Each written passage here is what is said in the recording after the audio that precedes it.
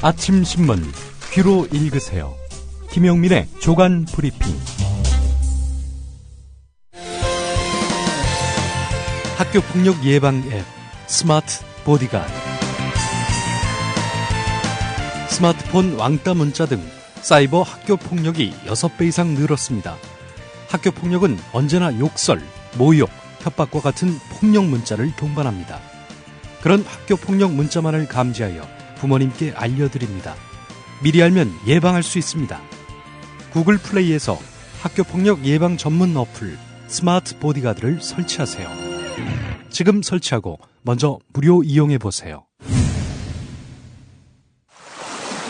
떠나요 둘이서 모든 것 훌훌 버리고. 안녕하세요, 국민TV 조합원 여러분. 제주 산책입니다.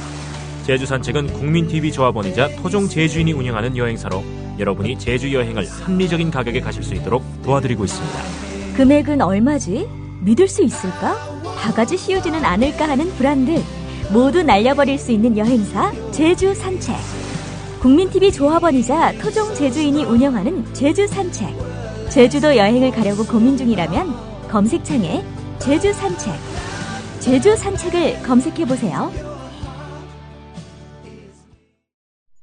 네, 주말과 휴일에도 굵직한 뉴스들이 쏟아졌습니다. 조간신문 함께 살펴보겠습니다. 김용민 PD입니다. 네, 안녕하십니까. 예. 자, 민주당 김한길 대표와 새정치연합 안철수 중앙운영위원장이 신당 창당 방식을 통한 통합을 전격적으로 선언했습니다. 파장이 만만치 않습니다. 새누리당과 이익 공동체를 할 수 있는 조선일보, 동아일보의 반응을 안 볼 수가 없습니다. 예. 사실 조선일보, 동아일보의 반응은 곧 현 정권의 심사와 직결된다고 봐도 무리는 아닙니다. 자, 일면의 기사 제목 이렇게 나왔습니다. 조선일보, 안철수 신당 접고 민주당과 합친다. 동아일보, 안철수 새정치 40일 만에 민주 손잡다. 이렇게 돼 있습니다. 예. 안철수 의원의 신당은 이렇게 해서 정리가 되고 결국 민주당과 합치게 됐다라는 그런 제목입니다. 기사 제목부터 이 안철수의 새정치는 무의미해졌다. 먹칠을 가려는 의도가 엿보입니다. 왜 이렇게 제가 넘겨짚느냐. 사설을 보면 그런 내용이 거의 확증되기 때문입니다. 동아일보 사설을 보겠습니다. 제목이 이렇습니다. 야권연대도 모자라 민주당과 야합이 안철수 새정치냐 이런 겁니다. 예. 안철수 위원장이 이 새정치를 기대했던 국민에게 사과 한마디 없이 기초공천 포기 약속 단 하나만을 강조하며 진심으로 약속을 지키고 국민을 두려워할 줄 아는 정당을 만들겠다고 한 입으로 두 말을 했다. 결과적으로 지키지 못할 약속을 남발했고 자신이 구태라고 비판했던 바로 그 한쪽과 손을 잡은 데 대해 얼마나 많은 국민이 공감할지 지켜볼 일이다. 만일 민주당이 안철수 위원장 세력을 끌어들여서 기껏 화장 고치기에 구실이나 불쏘시개 정도로만 이용한다면 미래는 암울하다. 야권 신당 창당이 선거철에 고질적인 야합이 아니라는 걸 스스로 국민에게 입증해야 한다. 극좌 노선이나 친북주의와 결별하고 합리적 중도 개혁 정당으로 거듭나야 한다. 하여간 어수선합니다. 이 논지가요. 조선일보를 보겠습니다. 예. 민주당과 합당하는 안철수 새정치 백기투항 아닌가 이렇게 표현을 했습니다. 지지율이 계속 떨어지고 사람도 모이지 않는 절박한 상황에서 자신이 기득권이라고 비난했던 쪽이 내민 손을 잡은 것이라는 이야기가 그래서 나오는 것이다. 안철수 위원장을 겨냥한 것이죠. 안철수 의원은 민주당 안에서 다음 대통령 선거를 노려보겠다고 방향을 바꾼 듯하다. 만약 그렇다면 구정치에 대한 새정치의 백기투항이라고 불러도 전혀 이상하지 않다. 민주당과 안철수 의원 측은 합당을 선언하면서 약속을 지키는 새정치를 하겠다고 말을 하고 있다. 어느덧 안철수 의원 입에서 나오는 약속이라는 말이 어색하게 들리기도 한다. 그간의 경험으로 보면 이 정당이 선거용 급조 정당인지 여부가 드러나는 데는 그리 긴 시간이 걸리지 않을 것이다. 네. 안철수 의원 새정치 표방에서 지지를 받더니 결국 백기투항한 거 아니냐. 그 민주당은 결국 구태 정당이다. 라는 점을 조선일보하고 동아일보가 무슨 합동 그 논설 대책회의를 세운 것 같아요. 예. 아주 동일한 논지를 오늘 폈습니다. 안철수 의원의 약속이라는 말이 어색하게 들린다라고 했는데 어색한 정도가 아니라 무색하게 만든 당이 있죠. 지난 대선 공약 건건히 파기한 새누리당 아니겠습니까? 예. 중앙일보도 사설을 좀 살펴볼까요? 놀랍게도 중앙일보의 논지는 조선동아와 결이 확 다릅니다. 자, 중앙일보, 물론 이제 안철수 의원이 서둘러 새정치의 텐트를 걷고 민주당이라는 구건물로 도피했다는 비판이 나오는 것이다라고 힐난은 했습니다마는 예. 찬사를 보냈어요. 한겨레보다도 한 발 더 나간 찬사의 논지가 있습니다. 민주당과 안철수의 통합은 공익에 이바지하는 측면도 있다. 안철수 의원 측은 부인했지만 6월 지방선거에서 새정치연합이 민주당과 야권연대, 즉 후보 단일화를 할 가능성은 여전히 존재했다. 후보 단일화는 현실적으로 일어나기는 하지만 원칙적으로 유권자의 선택을 왜곡하는 편법이다. 만약 새정치연합이 일부 지역에서라도 후보 단일화를 받아들이거나 아니면 그것을 둘러싼 논란이 가열되면 이는 정치에 혼란을 주는 일이 될 것이었다. 안철수 신당 세력이 인물이나 정책 면에서 별 차이가 없으니 차제 민주당과 합치는 게 정도, 옳은 길이라는 주장도 만만치 않았다. 양 세력은 통합을 하면서 신당의 노선으로 경제민주화, 복지국가, 민생중심주의, 튼튼한 안보, 평화 구축, 통일지향 등을 밝혔다. 이는 기존 민주당의 지향점과 같은 것이다. 그렇게 보면 합칠 것이 합쳐진 것이며 오히려 정도, 옳은 길로 간 것이라고 볼 수 있다. 이렇게 말을 했습니다. 예. 야권연대나 후보 단일화보다는 통합이 낫다. 예. 이런 관점이군요. 중앙일보 사설은요. 예, 야권연대 후보 단일화는 편법이고, 차라리 합당이, 도리어, 정도가 된다. 이런 이야기입니다. 한겨레 사설을 보겠습니다. 이번 통합은 현실의 어려움을 미봉하기 위한 궁여지책이라는 비판을 받을 수 있다. 이렇게 지적을 했습니다. 현실의 어려움이란 앞서 소개해드린 대로 지지율 하락, 인물 영입난 이런 것들이 되겠죠. 이런 어려움 때문에 이를 덮기 위한 궁여지책으로 민주당과 합당에 나선 것 아니냐. 이런 비판도 한겨레는 사설에서 소개하고 있는데요. 하지만 이번 통합은 대권 당시 야권 후보 단일화 협상의 연장선상에 있다. 당시 문재인 민주당 후보와 안철수 후보는 두 세력의 통합 그리고 기초선거 무공천 등을 약속한 바 있다. 실제 통합 과정에서 이런저런 불협화음이 생기더라도 대선 때부터 국민에게 약속한 정치개혁의 대의를 실천한다는 차원에서 양쪽 모두 겸허하게 접근할 필요가 있다. 국민은 이른바 안철수 현상을 통해서 정치개혁에 대한 열망을 드러냈다. 안철수 의원은 비록 독자신당의 꿈은 접었지만 통합신당에서 정치개혁에 매진하는 것만이 국민의 이런 기대에 보답하는 길이다. 민주당은 통합으로 몸집을 불렸다고 안도할 일은 아니다. 통합신당 창당을 계기로 뼈를 깎는 환골탈태를 하지 않을 경우 언제든 국민으로부터 외면받을 수 있다는 점을 명심해야 한다. 예. 네. 결국은 판단은 국민들, 유권자들의 몫이겠죠. 네. 아울러 정치개혁의 어떤 방법, 실천, 이것이 앞으로 통합 신당의 성공의 가늠자가 될 것이다. 이런 논지입니다. 자, 사실 양당 합당 선언의 고리가 된 것이 바로 기초공천 폐지 아니겠습니까? 예. 민주당도 새정치연합도 기초공천 하지 않겠다. 이렇게 입장을 밝혔는데요. 오늘 경향신문 3면을 보면은 기초공천 폐지가 뭐길래 이런 제목의 기사가 있습니다. 기초선거 공천 폐지, 말은 많이 나오는데 뭐가 뭔지 모르시는 분들이 많이 계실 겁니다. 이게 지방선거를 하게 되면은 이 선거가 참 많아요. 당장 제가 사는 경기도 용인시 같은 경우에는요, 경기도지사, 경기도의원, 용인시장 그리고 용인시의회 의원 이렇게 선출을 하게 됩니다. 자, 이 가운데서 기초선거는요, 용인시장 그리고 용인시의원이 되겠습니다. 서울에서는 어느 구청장 또 구의원 이렇게 되겠죠.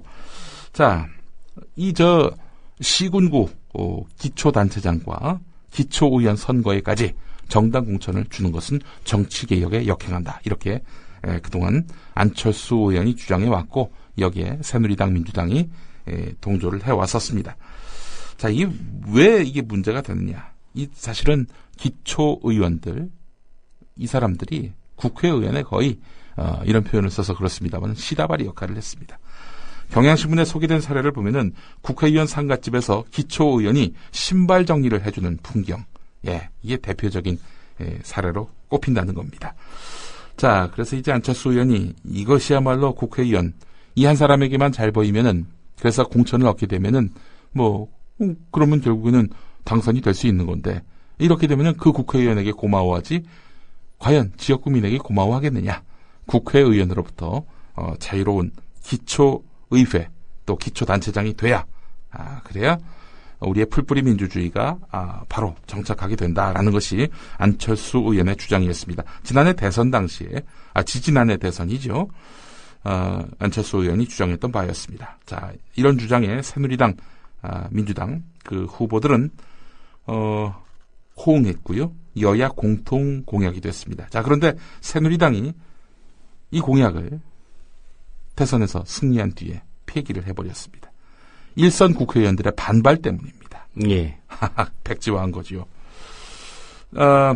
사실 후보자에 대한 유권자들의 그 관심과 정보가 부족한 상황에서 공당에 소속돼서 출마하는 새누리당 후보들 낭패를 본단 말이죠. 내가 무소속으로 나가게 되는 거 아니겠습니까? 기초 공천 폐지를 하면은. 그러면 내가 누군지 모르는 사람들, 선거 당일 투표지를 받아드는 순간까지도 내가 누군지 모를 유권자들에게 과연 나를 찍어달라, 이렇게 호소할 방법이 없다는 거죠. 내가 새누리당 후보로 딱 나가게 된다면은 사람들이 사람은 안 보고 당을 보고 찍으니까, 아무래도 당선되기가 쉬우니까요. 자, 그런데 이걸 없애면 안 된다. 이런 국회의원들의 요구에 결국 새누리당은 대선 공약을 뒤집는 이런 파행까지 마다하지 않으면서 결국엔 백지화해버렸다는 거죠. 자, 만약에 무공천이 이루어질 경우 새누리당은 지금 그냥 간다는 거 아니겠습니까?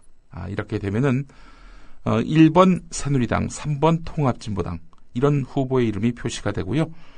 나머지 그 후보들은 그냥 무소속으로 해가지고 추첨에 의해서 기호 번호가 이제 결정이 됩니다. 2번 민주당은 사라지게 되는 것이죠. 자, 그래서 일부에서 혼란이 예상된다라고 오늘 경향신문이 소개하고 있습니다. 예. 자, 조선일보와 동아일보 지금 여당 반응을 상세하게 다룬 기사를 실었는데요. 자, 조선일보 이면으로 가보겠습니다. 통합야당이 시너지를 발휘할 경우 특히 수도권에서는 상당한 바람을 일으킬 가능성이 있다. 새누리당에게는 비상등이 켜졌다. 이렇게 기사를 시작합니다. 광역단체장 중에 서울시장의 박원순 시장, 경기지사의 김상곤 교육감이 통합야당 후보로 나온다면 야권 표결집 효과가 극대화될 것이다. 여론조사 전문가가 이런 말을 했다고 하는군요. 예. 안철수 신당 지지층이 박원순 시장과 김상곤 교육감에 대해서 안철수 의원과 일심동체로 보는 경향이 크기 때문이란 겁니다. 한편 조선일보 보도에 따르면 김상곤 교육감은 오는 4일, 내일이군요. 내일 교육감 사퇴와 함께 지사 출마를 선언할 것으로 알려졌다. 이렇게 전하고 있습니다. 부산시장 선거에서도 통합야당이 변수로 작용할 것으로 보이는데 안철수 의원이 오늘 오거돈 전 해양수산부 장관을 만납니다. 지금 현재 지지율이 상당하지요. 그래서 이제 통합야당 후보로 출마해 줄 것을 요청할 예정인데 오거돈 전 장관은 민주당과 그 새정치연합이 합당한 가운데서는 출마할 의사가 있다. 그동안 밝혀왔거든요. 예. 오거돈 전 장관, 안철수 의원에게 화답할 가능성이 커 보입니다. 자, 이렇게 된다면 새누리당으로서는 수도권과 부산에서 비상등이 켜질 수밖에 없다는 겁니다. 동아일보도 비슷한 논지의 기사를 오면에 실었습니다. 자, 다음 기사 살펴보겠습니다. 자, 서울시 공무원 간첩 사건에서 위조된 서류를 공증해서 검찰에 건넨 국가정보원 출신 주중 선양 영사관 이인철 영사가 21시간의 밤샘 검찰 조사를 받고 귀가했습니다. 검찰은 이인철 영사에게 서류를 넘긴 것으로 알려진 조선족 출신의 국정원 협조자 K씨도 조만간 불러서 조사할 예정이라고 합니다. 예. 자, 이인철 영사는 검찰 조사에서 제3의 인물을 통해서 서류를 받았고 영사 신분으로 공증만 해서 검찰에 넘겼을 뿐이다. 이렇게 주장한 것으로 알려졌는데요. 이 조선족 협조자, 이 사람은 이미 이인철 영사가 검찰에 출두하기 전에 자신이 건넨 자료는 위조 자료가 아니며 검찰에 나와 조사도 받겠다는 입장을 전달한 바 있었거든요. 자, 경향신문은 그래서 이 조선족 협조자를 포함해서 국정원 직원들에 대한 줄 소환이 예상되는데 이 조선족 협조자도 국정원과 이미 말을 맞췄을 가능성이 높다. 이렇게 전하고 있습니다. 불러서 조사해봐야 이 실효성이 없을 것이다. 이렇게 짐작하고 있는 건데요. 자, 이번 의혹을 규명하는 관건은 검찰이 정말 의지를 갖고 파고들 수 있느냐 하는 부분입니다. 사실 국정원 앞에만 서면 그동안 검찰은 작아졌었거든요. 자, 검찰의 국정원 수사는 사실 한계가 있습니다. 국정원을 압수수색하더라도 임의 제출, 그러니까 국정원이 스스로 관련 정보를 제공하는 것 이상의 효과를 거둘 수 없기 때문입니다. 이거 못 가져갑니다. 이러면 사실상 못 가져간다는 겁니다. 국정원 직원들도 소환해봤자 내부에 정해진 입장 이상의 진술을 받아내기 힘듭니다. 이건 단적으로 국정원 선거 개입 특별수사팀이 트위터 대선 개입 의혹을 수사하기 위해서 국정원 직원들을 불렀지만 대부분 묵비권을 행사한 바 있거든요. 예. 그래서 검찰이 의지가 있느냐, 의지가 있다면 어디까지 파고들 수 있느냐, 이번 수사의 관건이라 하겠습니다. 국정원 수사에 협조를 해야 됩니다. 오늘 한겨레 팔면을 보면은 그동안 얼마만큼 이 사건과 관련해서 농단을 피워왔는지 국민 앞에서 말이죠. 그 관련한 내용이 있습니다. 민변이 지난 14일에 검찰이 법원에 낸 중국 공문서 3건은 모두 위조됐다는 중국 정부의 그 회신서를 공개할 때만 하더라도 국정원은 문서를 입수한 절차와 내용에 아무런 문제가 없다면서 이게 진본 맞다. 자기들이 내놓은 것이 진본 맞다라면서 자신감을 드러냈습니다. 사흘 뒤 민주당 의원들이 국정원을 항의 방문했을 때도 마찬가지였습니다. 자, 그런데 지난달 18일과 21일 국정원의 주장과 상반된 내용이 국회에서 터져나왔지요. 외교부 장관이 유성 씨의 출입경 기록과 관련해서 중국 공문서 2건에 대해서 우리가 정식으로 발급 요청한 것이 아니다. 우리와 무관한 문서다. 이렇게 얘기했단 말이죠. 예. 자, 상황이 이렇게 되니까 국정원은 말을 바꿨습니다. 이인철 영사도 문서를 전달하기만 했고 문서 입수는 다른 직원들이 했다라고 이렇게 밝히고 있는데요. 자, 이 입장이 바뀌었습니다. 전에는 이게 진본이고 이거 확인하는 과정 전혀 문제 없었다. 이거 있는 그대로 믿어도 된다라고 해놨는데 외교부가 슬쩍 발을 빼니까 국정원 같은 경우도 이거는 그냥 우리는 전달을 했고 입수도 우리 책임 아래 있지 않았다. 하면서 말을 바꿨습니다. 애초부터 다른 직원하고 조선족 협조자를 얘기를 했으면 네. 이런 논란이 없었겠죠. 글쎄 말입니다. 예. 자, 이런 가운데 지난달 28일에 대검찰청이 문서 감정 결과를 내놓았는데 이 도장이 이게 위조된 것이다 라고 밝혔습니다. 그러자 국정원 이번 어떻게 나왔느냐. 문서 감정 결과를 못 믿겠다. 대검을 못 믿겠다. 이렇게 지금 밝히고 있습니다. 중국이 여러 개의 도장을 쓰고 있다라는 식의 변명을 하고 있는데요. 자, 범죄자도 이쯤 되면은 불구속 기소를 할 사안을 구속 기소하게 됩니다. 그렇지 않습니까? 말을 이렇게 바꾸고 신빙성도 없이 일방적인 주장만 펼치고 있는 이런 사람 붙잡아 놓고 수사를 해야 되는 거 아니겠습니까? 네, 무엇보다도 증거를 인멸할 우려가 있기 때문에요. 네, 그렇습니다. 이 국정원의 오락가락 변명 이거 상당히 문제가 많다라는 오늘 한겨레 팔면 기사도 상당히 주목됩니다. 국정원을 겨냥한 기사가 또 하나 더 있습니다. 한국일보 팔면 기사입니다. 자, 국정원이 이번 유성 씨 남매를 수사하는 과정에서 기본적인 형사소송법 절차를 제대로 지키지 않은 사실을 적시해서 지적하고 있습니다. 자, 법조계에 따르면은 국정원은 유성 씨의 간첩 혐의를 입증할 유일한 직접 증거였던 여동생의 진술을 받아내는 과정에서 이 여동생에게 진술 거부권을 고지하지 않고 이렇게 조서를 작성했습니다. 이런 식의 파행 조서를 법원에 제출했다가 결국 증거 채택이 불발되고 말았습니다. 예. 유성 씨를 조사하는 과정에서도 변호인으로부터 법률적 도움을 받을 수 있다는 사실을 알리지 않았습니다. 변호인 조력권을 고집하지 못한 유성 씨는 변호인 입회 없이 일주일 동안 조사받아야 했습니다. 법률 전문가들은 이런 형사소송법 절차를 무시한 국정원의 행태를 납득하기 어렵다는 반응을 보이고 있는데요. 한 부장판사는 초임 형사도 이런 초보적인 실수는 하지 않는다. 이렇게 말을 했습니다.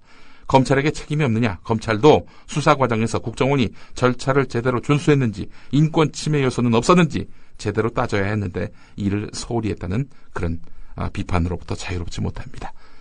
관련한 기사를 한국일보 8면에서 찾아보시면 발견하실 수 있습니다. 마지막 기사입니다. 한겨레 10면 기사인데요. 밀린 월세 70만 원을 남기고 세상을 뜬 세 모녀의 비극. 한국 사회의 큰 파장을 이야기했습니다. 자, 성인이 되고 나서도 스스로 생계를 책임지지 못하는 분들 적지 않거든요. 예. 이런 자녀에게 현재 기초생활제도는 아무런 도움을 주지 못하고 있습니다. 근로 능력이 없는 성인 자녀에 대한 지원책, 이게 마련돼야 한다는 것이 복지 전문가들의 이야기고요. 무엇보다도 빈곤층이 아무리 어려운 처지에 놓였더라도 누가 가서 나 좀 도와주세요 이러겠습니까? 스스로 신청하지 않는 경우가 많고요. 이번에 돌아가신 분들도 그러했습니다. 자, 스스로 신청하지 않으면 아무런 지원을 받지 못하는 이른바 신청주의, 이것도 큰 문제점으로 꼽히고 있습니다. 자, 이 세 모녀의 비극의 또 다른 출발점은 주거비 부담이었는데요. 한국 복지에서 가장 열악한 것이 주거 문제인데, 고시원, 찜질방 같은 비주거용 주택에 사는 사람의 25%가 난방이 안 되는 곳에 살고 있고, 이들은 소득의 75%를 주거비에 쓴다라고 지적을 하고 있습니다. 많은 전문가들이요. 자, 그렇기 때문에 저렴한 공공임대주택을 많이 늘려야 이런 비극을 근본적으로 막을 수 있을 텐데, 이명박 정권 이래 공공임대주택 정책은 거의 유명무실해졌습니다. 왜냐? 돈 되는 주택을 지어야 건설사가 돈을 벌기 때문이죠. 이 건설사의 어떤 이익에 편승하고 뒷받침하는 이 보수 정권, 그 한계가 결국 세 모녀의 비극으로 이어지게 됐다. 이렇게 봐도 무리는 아닐 것입니다. 네, 김용민 PD였습니다. 예.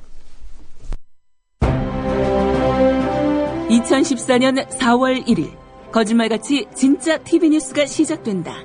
뉴스 K. 진실을 흐리는 편파 논평, 담합과 관행을 부르는 출입기자 제도, 관료적 조직, 계층과 서열이란 기존 뉴스 제작 시스템 혁파. 뉴스의 새로운 역사를 쓸 뉴스 K. 2014년 4월 1일 국민TV 개국과 함께 찾아옵니다. 매일 밤 9시 진짜 뉴스를 기대해주세요.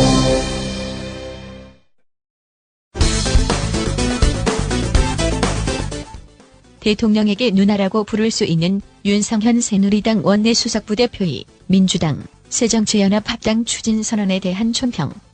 예상은 하셨겠지만 야권의 새정치라는 것은 원래부터 없었습니다. 새정치로 포장하는 것이 국민을 현혹시키고 전무후무한 최악의 뒷거래, 정치적인 깜짝 쇼를 연출한 것밖에 국민을 희롱했던 것들에 대해서 김한길 대표는 안철수 포장지 한 장 값에 제일 거대 야당을 팔아버렸고, 안철수 의원은 대권 후보 한 자리 값에 잉태 중인 신당을 포기해버렸습니다. 하루아침에 멀쩡한 제일 거대 야당이 문을 닫아도 되는 건지, 또 제일 거대 야당이 1인 정당에 흡수가 될 수가 있는 건지, 새정치라니 또 민주주의라니 이런 말을 입에 담을 수도 없게 됐습니다. 과도 정치, 뒷거래 정치가 어둠의 시대를 자초하고야 말았습니다. 안철수 의원은 계산 빠른 정치공학의 아이콘, 양치기 정치인의 아이콘이 되어버렸습니다. 최악의 뒷거래라고 말한 윤상현 새누리당 의원의 말. 전무후무한 최악의 뒷거래. 그런데 현대사는 최악의 뒷거래로 1990년 1월 내각제 개헌, 차기 대권 미략 등으로 합당한 민정, 민주, 공화당의 민자당 합당을 꼽는데, 당시 당사자들의 말을 들어보면 먼저 박태준 민정당 대표위원. 온건 민주세력 결집선언은 우리의 시대적 명령이자 국민의 여망이라고 생각합니다. 그리고 2000년대의 희망찬 국가 발전을 위해서는 40여 년을 끌어온 소모적 해결 정치를 이 시점에서 반드시 청산되어야 하며, 그런 점에서 이번 선언은 세 분들의 성역자적인 안목에 의한 대영단이라고 하겠습니다. 김영삼 민주당 총재. 그래 우리 세 사람은 앞으로 우리 국가의 경영에 대해서도 공동의 책임을 지는 것이다. 그렇기 때문에 대단히 무거운 책임을 우리 세 사람이 공동으로 진다 하는 그런 합의를 봤습니다. 김종필 공화당 총재. 어떤 일들을 어떻게 전개를 해 들어가야 국민들의 기대에 부응할 수 있느냐 하는 문제를 놓고 신당이 결성이 됐을 때 정책으로서 국민 앞에 제시가 될 겁니다. 훗날 새누리당으로 이어지는 민자당 사람들은 결코 민정, 민주, 공화, 3당 합당에 대해서 이런 평가를 내리지 않았습니다. 국민을 현혹시키고 전무후무한 최악의 뒷거래, 정치적인 깜짝 쇼를 연출한 것밖에 국민을 희롱했던 것들에 대해서 새정치라니 또 민주주의라니 이런 말을 입에 담을 수도 없게 됐습니다. 과도 정치, 뒷거래 정치가 어둠의 시대를 자초하고야 말았습니다.